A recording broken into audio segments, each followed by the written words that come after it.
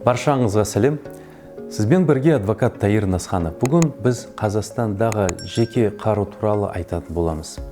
Лайк басып және менің YouTube каналыма жазылыңыздар.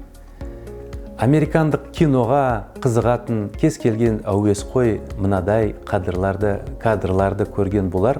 Елестетсек, қандай да бір Калифорниядағы еңсегей бойлы фермер оның жерлеріне күмәнді бейтаныс адамдар жақындаған кезде үйінің кіреберісіне кіріп, мылтықтың қақпағын бұрып баяу, бірақ әсерлі түрде: «Ей, балалар, бұл жеке меншік. Егер қазір сіздердің біреуіңіз менің жеке меншігімді талап етсеңіз, мен оны ешкімге бермеймін. Егер бұл жындарды менен күшпен тартып алуға тырысса, атуды ұнатпасам да, мен өзімнің меншігімді қорғау үшін жақындағының басын ататын боламын». Және осындай кинодағы сюжеттер жоқ жерден алынбаған. Шынында да 1791 жылы қабылданған ақш Конституциясының екінші түзету американдықтың атыс қаруын иелену құқығына кепілдік береді. Бұл түзетуден басқа осы қаруды иелену және пайдалану тәртібін реттейтін бірқатар федералды заңдар бар екені түсінікті. Бірақ бұл ережелердің көп белгін ақштың жекеленген штаттары белгілейді.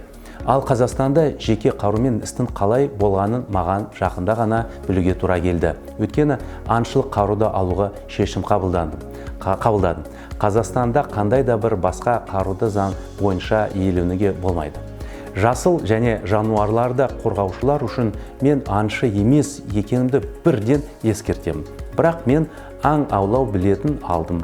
Егер сіз аңшы мылтығын сатып алғыңыз келсе, бұл керек құжат.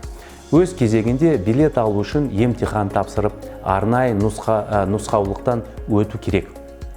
Енді теориялық тұрғында аң аулау мен аң аулау маусымы дегеннің не екенін, аңшының қандай міндеттері бар екенін және аңшының қандай құқықтары бар екенін, аң аулау этикалық қағидаттар мен табиғатты қалай уақытты қарауды білемін.